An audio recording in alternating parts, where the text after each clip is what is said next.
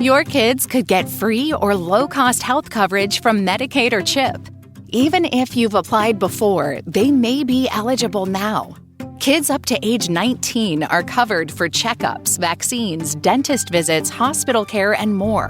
And if they already have Medicaid or CHIP, remember to renew every year. Visit insurekidsnow.gov or call 877-KIDS-NOW. Paid for by the U.S. Department of Health and Human Services. Today, we're going to be delving into the science, the physics of how rifle, projectiles, bullets, and ammunition works, and all the technology and things that go into that.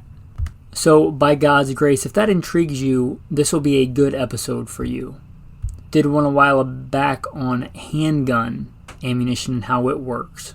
Today we're going to be talking about rifles. Before we get into the introduction and bio, reminder, there will be a raffle for new patrons that join this month, March in the year of our Lord 2023, a Mora knife, black and tan, and some other stuff. You can check out a picture of that and some other stuff that's available to everybody on Patreon. Most stuff is for just patrons, obviously. If you don't know about Patreon, it's a cool way for you to support the podcast, and hopefully you see a lot more value than what you give in there. I just gave out my actual best bug out locations, coordinates of several different bug out locations to the patrons. I recently did an area study of the U.S., which I did an episode on, but I went into zooming in different areas on the map and stuff like that on Patreon. Also, some other things that I do. Been a professional shooting instructor for a long time. Military, law enforcement, civilian, and I can generally look at people, by God's grace, and correct their shooting and make them a better shooter. I can do the same thing on video by looking at videos, looking at pictures of the target, and generally diagnose what's going on there. And that's a service that I have given in the past to patrons. Also, virtual hunting. I've been a professional big game hunter and guide. Been blessed to hunt all over this beautiful country, and I can look at a map or something, someplace you might plan on hunting. You give me a little bit of details, and I can kind of virtually be a virtual assistant in helping you with that hunt.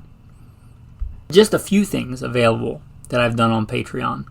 Anyway, if that at all intrigues you, consider going to Patreon. There should be a link in the show notes. With that, I'm going to put in the intro and the bio.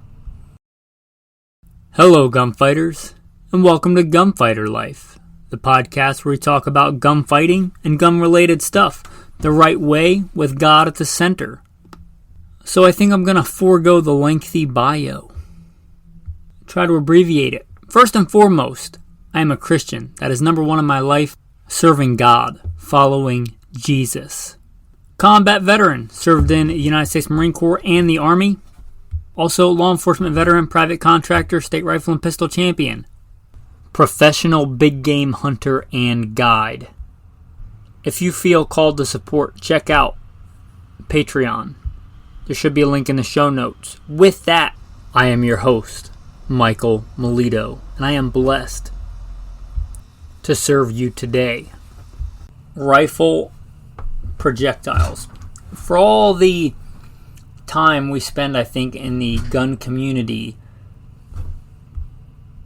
analyzing and overanalyzing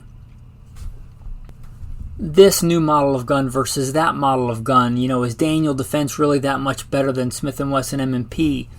Or is this optic, this 1-4, is that 1-6? Do I really need that? Is this optic better? Is this quality better? Do I need this option? For all the things we spend on and time we spend on the rifle and the optic and all that stuff,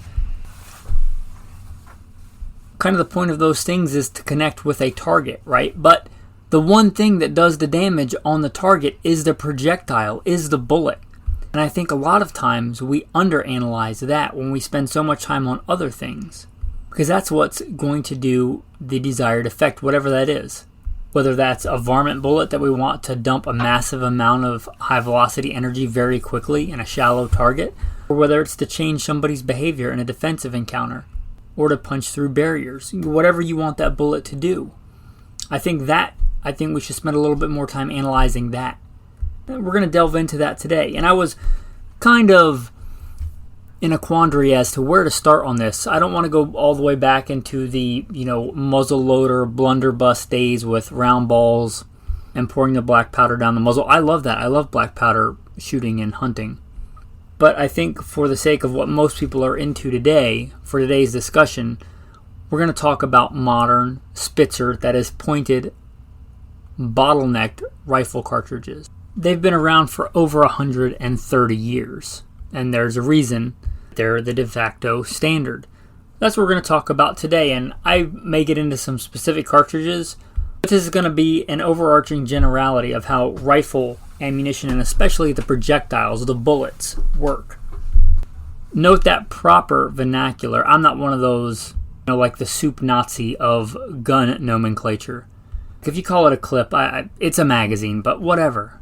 If you call them bullets and they're really cartridges, whatever. But for proper vernacular, so we understand each other, the bullet is the part of the cartridge that flies out the end of the barrel. Cartridge is the entire package, like a 308 cartridge or a 30-06 cartridge.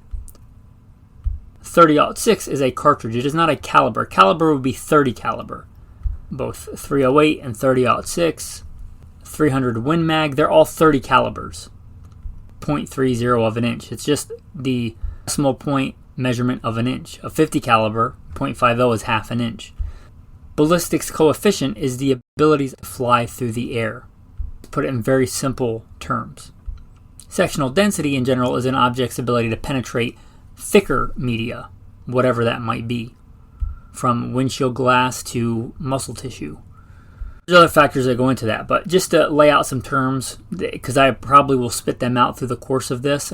People just spit this out that are gun people and you're around them and you want to better understand, but you don't want to ask because you don't want to appear ignorant, then hopefully this will help you understand that. I don't want to act like I'm mansplaining to you. Nobody popped out of his mother's womb, myself included, to know all these different vernacular and terms and gun terminology. We all learned them along the way, so hopefully I can help you learn. Maybe you're out there listening, you know way more than I do.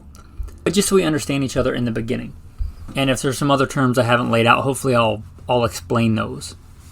So, a long time ago, projectiles were mostly just lead. When we started driving them to higher velocities, we would start shedding that lead in the bore, which is bad.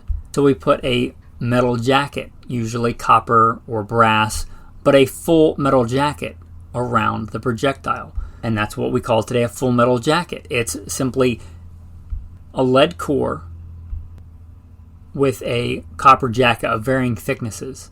It's designed to be very aerodynamic. You'll hear that as a Spitzer bullet, a pointed bullet. Most modern bullets are. There are exceptions. But just obviously a more streamlined bullet flies through the air better. And that's what you refer to as a full metal jacket. And you'll also hear it referred to as cup and core. A lead core and a copper cup drawn around a lead core. Cup and core bullets.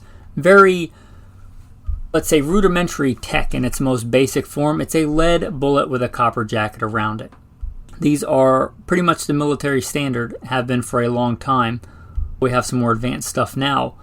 Because of the Hague Convention, not the Geneva Convention, it was kind of decided on that they would be the de facto standard. They're not the most effective bullets on, let's say, living targets, but they're easy to produce, mass-produce, manufacture, and they work well for that purpose. They're streamlined, they give greater range.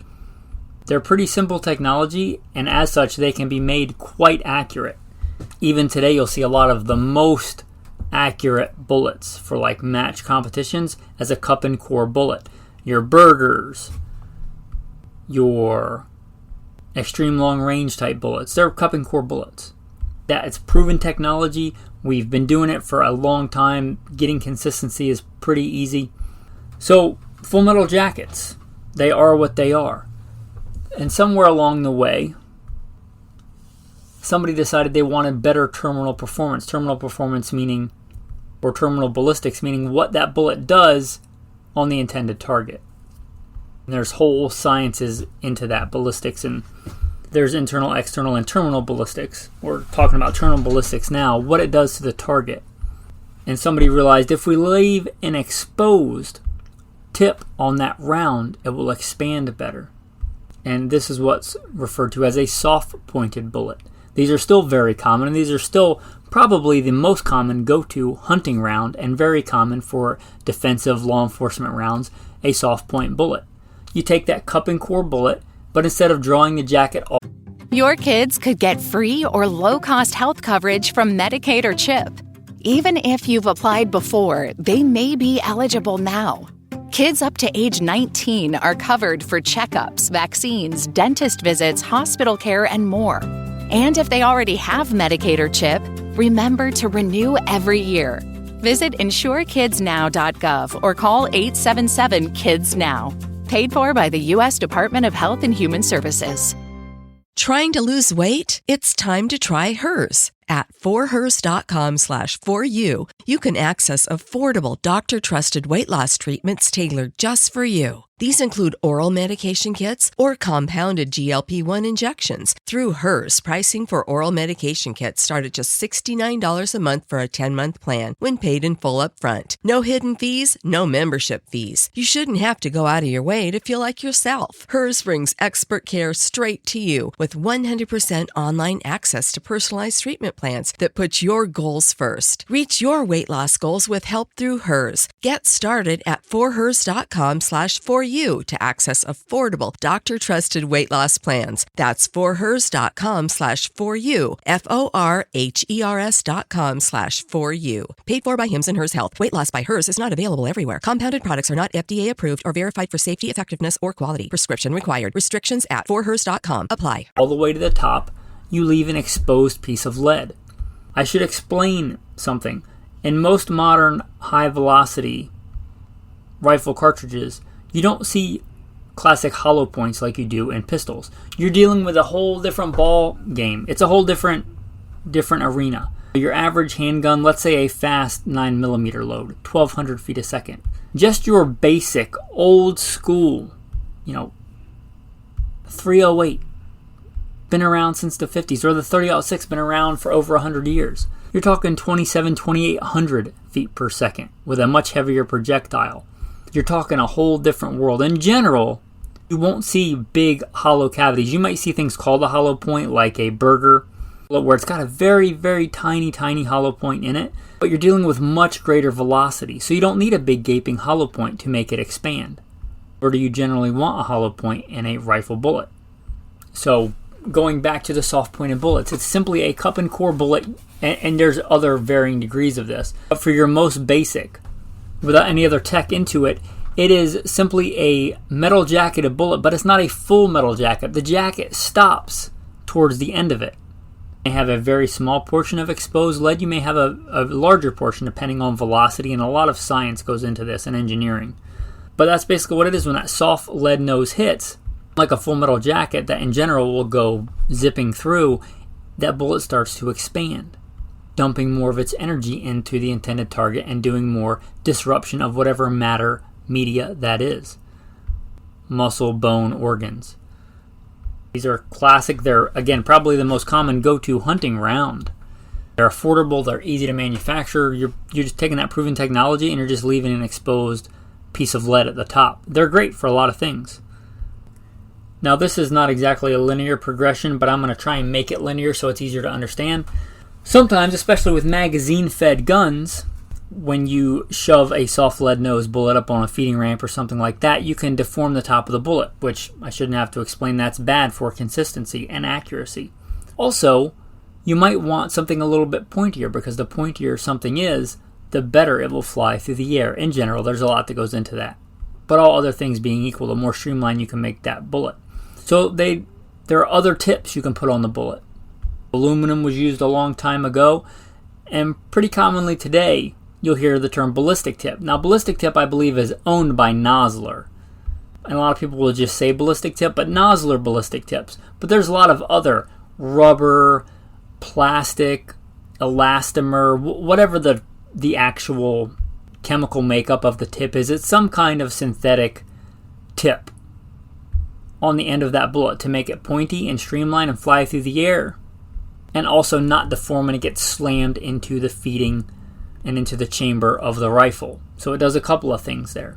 And in general, what happens, or what's supposed to happen, and there's always this gray area in ballistics where things don't always work out the way they should.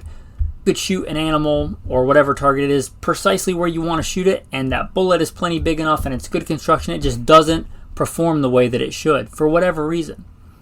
So, but in general, the ballistic tip or the polymer tip or whatever tip it is designed to shear off and leave an exposed area on that bullet in which to deform that bullet, and again, increase the diameter of that bullet and increase the amount of damage it does in tissue. So very simple again, a cup and core bullet, a lead core, a copper jacket, and then instead of an exposed lead on top, they put some kind of plastic, polymer, synthetic material on there to kind of act like the exposed nose. That just generally comes off or goes away when it hits a target. Doesn't really weigh much, doesn't contribute much to the overall weight of the bullet in general because those materials weigh far less than lead does. Now remember, I said with a rifle you're dealing with far greater velocities. Maybe 3 times the speed of sound or more. I mean, some high velocity rifle cartridges, not even new ones that have been around a long time, go over 4,000 feet a second. Again, compare that to a 9mm 1200 or your 45, which is under 1,000 most of the time.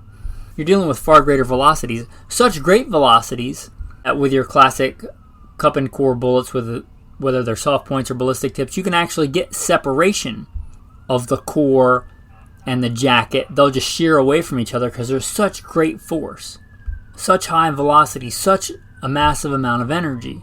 Now, you might want this to happen a lot. If, again, talking about specific things like varmint bullets. You've got all that energy over 4,000 feet a second in, let's say, a 40 grain 22-250 bullet. And you don't have to really know what that is if you're mostly into the tactical guns. It's a classic varmint hunting cartridge and a very good round for shooting something like prairie dogs. A prairie dog is what? 1 to 3 inches thick, depending on what part of the body you shoot them in. All that energy, if I want that to dump, I want massive fragmentation. So not an issue there.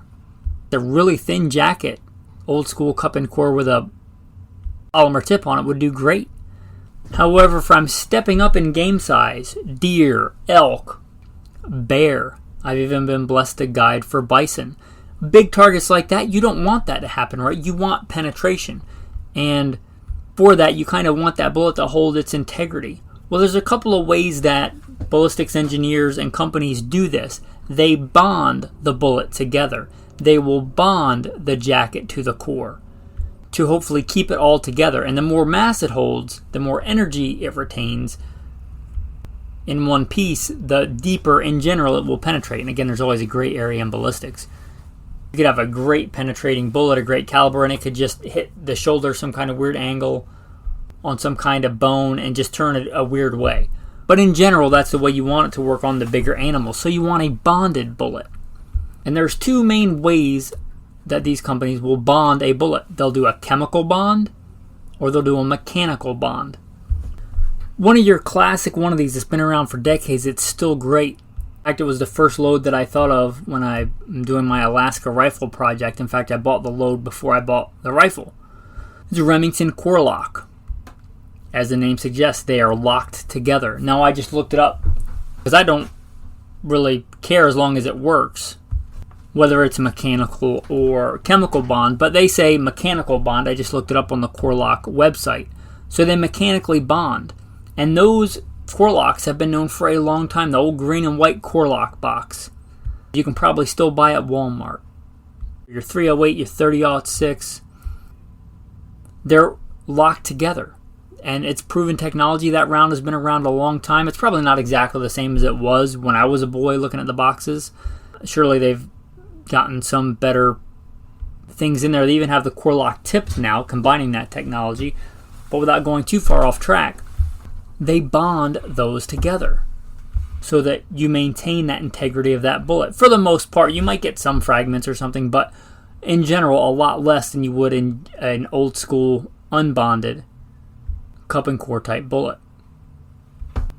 Now, in talking about this bonding, I must step back, and there is a bullet that did this before bonding that did a really good job. And if any bullet has a lot of street cred in the hunting world for big game performance, it's probably the Nosler partition. And as the name might imply, there's a partition. Unlike just your common cup and core bullet, basically you have a copper jacket. Looks like the letter A or the letter H, kind of depending on what caliber and bullet design it is. But you can kind of picture that, where the copper jacket itself has a middle line that separates two big compartments of lead, one in the front and one in the back. And how that was designed and how it actually works and has worked for decades. When it hits the object, hopefully the animal, that front part of that does deform and dispel a bunch of energy, but the back part remains intact and keeps that integrity and drives deep, so you get a good balance of penetration and expansion. And these nozzle partitions are kind of legendary for that. They're a great bullet. So that's another way of doing this. So we have bonded. Now you have tipped bonded bullets, just combining things we already talked about. You should be able to deduce kind of what that means. Now there's a whole other class of bullets, and you'll hear them referred to as solid copper, monolithic, monometal, whatever you want to call them. They're talking about, instead of the traditional lead cup and core bullets, it's kind of all one homogeneous material. It may have a tip on it or something, but the bullet itself, the part that does the damage, in general, is going to be a copper material, copper alloy, mixed with different things, gilding metal or whatever it is. And these sometimes can have no lead in them at all. In fact, a lot of times that's the point because of legislation. And a lot of people might write those off and think, I don't live in a place where I have to use lead-free ammo. And I'm happy for you. That's great. But sometimes these are a really good choice, whether or not you have to. Sometimes I think they are literally the best choice. Example, by God's grace, I hope to be, God willing, traveling to Alaska and living there. Kind of my go-to hunt Alaska rifle. I haven't announced yet. By God's grace, I will soon, but I settled on the 30-06. And I picked 2 go-to loads initially to test out, and hopefully the rifle, by God's grace, will like one of those. One is a 220 grain Core-Lock, classic load, good reputation, good street cred for big and dangerous game. The other one I chose, 180 grain Barnes TSX. This is kind of your classic. There's a TSX and a TTSX, which stands for tipped. As you might imagine, it has some kind of synthetic tip on it, better aerodynamics or whatever. But these monometal, solid copper, whatever you want to call them, bullets, especially the TSXs, they also have a really good reputation. And in general, in point of fact, if it's the same bullet profile, the same length, these bullets are going to be lighter for caliber than a traditional lead bullet, obviously, because lead weighs more than copper. Anyway, rifle twist rate, people think you need a faster twist rate to stabilize heavier bullets. That's a generality. The length of the bullet is what needs to be stabilized. In general, these copper bullets are long, so make sure, do your due diligence, make sure these loads will work. Most of the companies will do their due diligence and offer loadings that will stabilize in most rifles. Otherwise, it wouldn't make a lot of financial sense for them. But just realize you're dealing with a different ball game. So if you're looking at like a ballistic coefficient or weight for caliber, as far as weight for caliber goes, these bullets in general punch far above their weight class. They intend to, because they don't have different components, they're homogeneous, they tend to have a lot of integrity and stick together, unless they were specifically designed to like shed petals and bust apart. They have a really good reputation for holding their integrity and driving really deep, even if they're light compared to a, let's say, traditional cup and core bullet, because that might lose its integrity. And although it starts off heavier, if it shears into, I'm just throwing an example out, 6 pieces, those 6 pieces individually don't have as much mass and they don't penetrate as deep, whereas a monometal bullet in general, if it's designed to, will, even going through bone and stuff, usually retain its integrity and drive really deep. So you may decide, even if legislation doesn't dictate, that you want one of these bullets. Let's say you're shooting a fairly marginal caliber, you want low recoil, you want those advantages. Let's say you're shooting a 270, great cartridge for elk. But I would submit that these new monometal bullets, they may be a better choice than the more traditional bullets, especially the unbonded cup and core bullets. These monometal bullets can do quite well. Now, I've referred a lot to hunting, but it goes into the defensive world as well, and we're going to hopefully steer this into the defensive because hopefully that's something you like about gunfighter life. We talk about both. Now, going into what we talked about, the Hague Convention and why a lot of militaries use full metal jackets. For a long time, I think the philosophy, or I've heard this philosophy, I've never met anybody that worked for the Defense Department that actually did this, but it's kind of understood that you want to wound an opponent, especially in more traditional wars that we fought with fairly similar cultural values, Germans, Russians, where if you wound a soldier, they're taken off the battlefield and you need people to take care of them. That's a win. So a wounding bullet was okay. You didn't necessarily want to kill everybody as fast as you could. That wasn't what you wanted bullets to do anyway. It might be more advantageous for you to wound an opponent so that they can't fight and then they need one or two people to take care of them. If you look at that from a war-winning perspective, that's great. Until you get into like the radical Islamic jihadists that want to kill you at all costs, whether they're wounded or not. Then you might decide, maybe that's not the correct philosophy. But traditionally, full metal jackets, a lot of times I think because they're cheap and easy to produce. That doesn't mean for you as a defense-minded individual. Now, let me state this. I am a gunfighter. I hope that you are a gunfighter. I am not an executioner. My goal, if I have to project force via a firearm, because that's what a firearm does, it lets me project force to change somebody's behavior. I should be doing that because their behavior is so egregious that it threatens the life of myself or my neighbor. You shall love your neighbor as yourself. I want to change their behavior post-haste, right? I am not an executioner. I want them to change their behavior really quick. That's my goal. Whether they die or not is inconsequential to me. If they're trying to kill somebody or committing a mass shooting and I can stop them from doing that and they don't die, whatever. My goal is to stop them from doing that bad thing that caused me to shoot them in the first place. And understanding these ballistics and terminal ballistics may help you do that. For the same reason, I would not encourage you to have full metal jacket as your go-to defensive ammo in your 9mm. I would not encourage you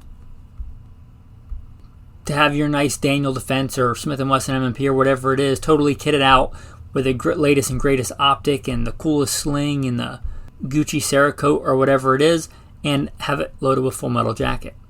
Right? That philosophy is different. You're probably not fighting a massive Red Army on the plains of Siberia. You want to stop that person's behavior as quick as possible, and to do that you probably want that ammo to dump its energy in the intended target. It also has the added benefit of, for every amount that the projectile expands, it should reduce its ability to penetrate. You're dealing in a crowded group of people, which a lot of people today live in cities. That's a real thing. It also has the added bonus of not only changing behavior faster in general, and this is a generality, if you shoot somebody right in that T-box of the face with a full metal jacket, it'll do fine at changing behavior. But in general, these other bullet types will do it better, and they'll give you less that massive penetration. Look at a traditional 8mm Mauser. That can go through a lot of people. A 308 full metal jacket, that can go through a lot. You may decide you want that. Maybe it's your go-to truck gun and you think vehicle ramming or shooting out of your vehicle into another vehicle is what you want. But make an informed decision. In general, you can use a lot of this technology to your benefit. Again, the traditional cup and core. And I hope that you appreciate that. I don't have sponsors on this show. This show is a gift from God, supported by viewers like you. If you like the unbiased opinion, hopefully you'll consider stepping up and supporting that. Should be a Patreon link in the show notes. But anyway, if I mention a brand or a bullet type, it's because I'm using it as an honest example. Because some company gave me a bunch of free stuff or is paying me to tell you how great it is and that you should go out and buy it. I consider that a bribe, and you shall take no bribe. For a bribe blinds the eyes of the wise and twists the words of the righteous, says the Lord God Almighty. But maybe you decide you want to run your 308, go to peanut butter and chocolate hitting the fan rifle with Federal high shocks. They're a great round. They're affordable for a good expanding round. They're what we talked about as a soft pointed bullet, exposed lead tip. They do very well. They have a lot of proven track record. You may decide that's the way you want to go. You may decide you want to run Remington core locks. A far better choice, in my opinion, in a lot of things than a full metal jacket. You may decide your go-to peanut butter and chocolate hitting the fan rifle is an AR-15. For a lot of Americans, it would be. Can you shoot deer with a 5.56? Yes, you can. I did a whole episode on hunting with the AR. You may want to go check out, but you can do it. It's not a good choice. It's not a great choice. It's not even a good choice. It's a possibility. If you're going to do that, you may really want to step up to some of this better tech. You may really want to consider like a 55 grain TSX, a Barnes monometal bullet for that. And they kind of punch above their weight class as far as weight and caliber go. And they drive deep. You may decide you want to go more traditional, but you want a good bonded bullet in 223. One of my go-to loads in years past has been the 55 grain Federal True Tactical Rifle Urban. It's a great round. Using some of this technology in the defensive rifle world. Defensive carbine, fighting rifle, whatever you want to label it. Great round. I used it in law enforcement. I've used it for a long time. Also Speer Gold Dot. They leverage this technology for defensive rifle rounds. And a far better choice, I think, for the go-to well-regulated, well-armed citizen to protect himself and those around him. In general, don't just assume this. Don't just think because, the military uses green tip, that I'm going to use green tip. Green tip, for the most part, is garbage ammo for this type of purpose. I would use it if that's what I had. Also, there is a niche application. I was a commander of a tactical team. We were equipped with rifles. If I thought vehicle ramming was a threat, and it often was a threat, it might behoove you to have, as I've espoused in the past, one magazine loaded with green tip for penetration. That's why the military has it, for really good penetration. But it's, in my opinion, and a lot of other people's opinion, like 3 MOA ammo. Not great ammo. It was designed for a purpose that usually doesn't apply to us. Now, if it's my go-to truck gun or something, maybe I want a magazine of that. But I don't want it as my go-to fighting ammo. I really don't. There's, I think, way better choices for both survival and hunting and defense for the most part. Talking about bullet tech, if you don't know the green tip, it's usually colloquially just referred to as green tip because it has a green tip. Penetration round, the M855. And it's kind of a more traditional cub and core bullet, except that it has enclosed inside that copper jacket an internal tip that's covered by the copper jacket. That internal tip is tungsten. It aids in penetration. So if you're fighting out of a vehicle or shooting at a moving vehicle or somebody's taking cover behind a vehicle, you may want some of this ammo as an option. But again, in general, I don't think it's a very good choice or even a decent choice for a defensive or fighting rifle. I think there's far better choices. What you may want to do for a defensive fighting rifle is adopt an approach. Feel free to take this from me, and I'm sure I didn't come up with this. But I'll try and find, like I do with my fighting handgun, a practice load and a go-to defensive load that shoot the same point of aim, point of impact. There are even companies that do this specifically, like the Speer Lawman 147. They have the Lawman, which is their full metal jacket, same bullet profile, and their Speer Gold Dot 147, designed to match each other ballistically. You may decide you want to go with, and in general, for the 223, I'll throw out as an example, you may find some good 55 grain full metal jacket. You may find a 55 grain load that, for you, out of your rifle when fired by you, shoots the same point of impact. You have to test this. For me, I like the Federal True 55 grain. That doesn't mean it's going to shoot the same out of your rifle.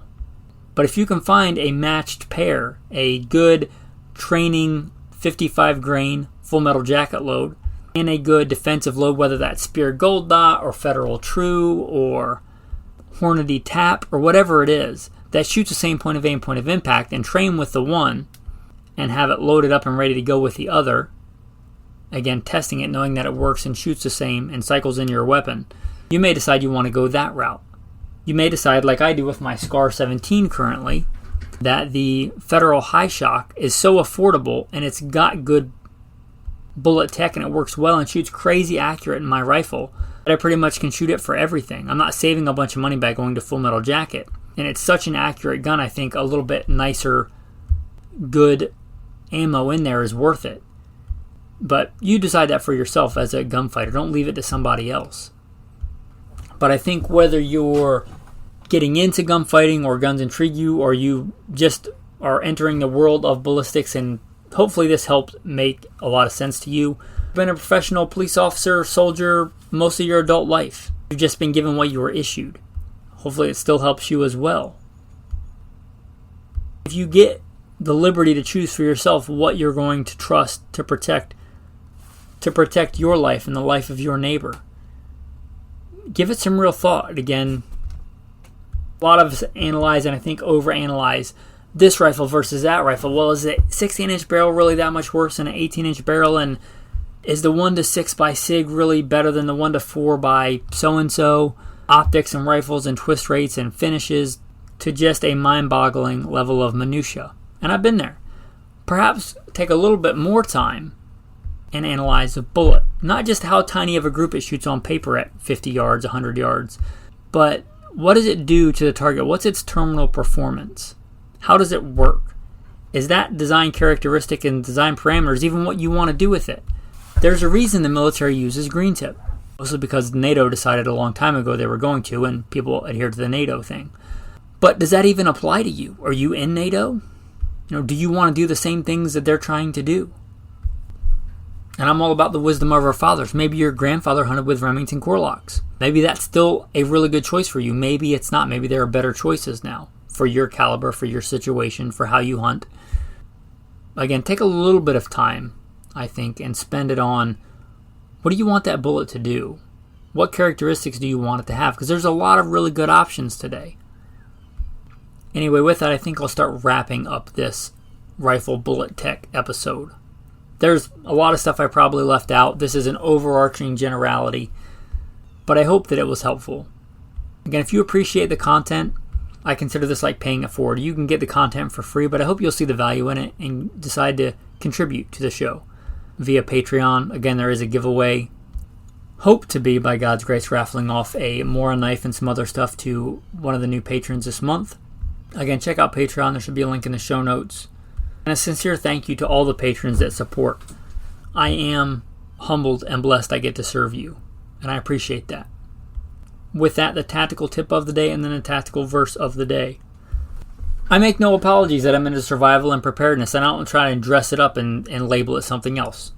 You can call me a survivalist. I like to survive. I like to, while I'm here as a pilgrim and a stranger on the earth, breathe air, drink water, eat food.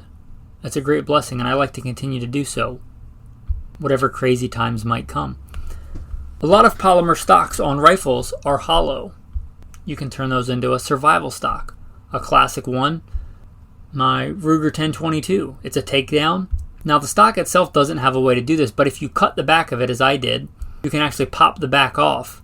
On the standard polymer 1022 stock that I have, they may have changed the design, and pop it right back on. I have a little piece of 550 cord that I put on there as a handle so I can rip it off the back. You can put all kinds of cool stuff in the back of the stock, and you can do this with many other gun models. I'm looking at one of my hunting rifles. I'm blessed to have a Kimber Hunter in 308. I unscrewed the rubber butt pad that came on it and put on a slip-on recoil pad that I can just pull right off. You can put things such as extra ammo, a bore snake or bore cleaner, maybe some patches with oil on them in a little bag, a compass. You can do a lot of this to a lot of these new polymer stocked rifles. I have the Havalon knives or the outdoor edge knives that come with these replaceable, for lack of a better term, like scalpel type blades. You can put one back there in case for whatever reason you lost your knife, you forgot your knife, and you shoot an animal. Now you have a knife in which to butcher that animal. Also, I probably should save it for another episode, but lest I forget, a tactical tip inside a tactical tip. If you shot an animal with a bottleneck centerfire common rifle cartridge, humans went through this whole period called the Bronze Age.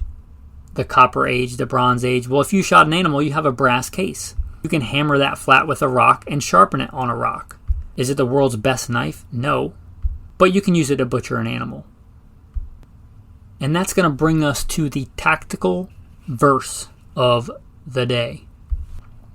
You lust and do not have. You murder and covet and cannot obtain.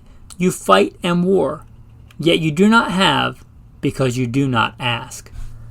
If you're wanting something, have you gone to God and asked Him for it? Have you sought God's advice whether or not you should even have it? Have you asked God for it? And another verse that reminds me of, he who comes to God must believe that He is, and that He is a rewarder of those who diligently seek Him. I believe that. I hope that you believe it as well. With that, men, thanks for listening, and have a blessed day.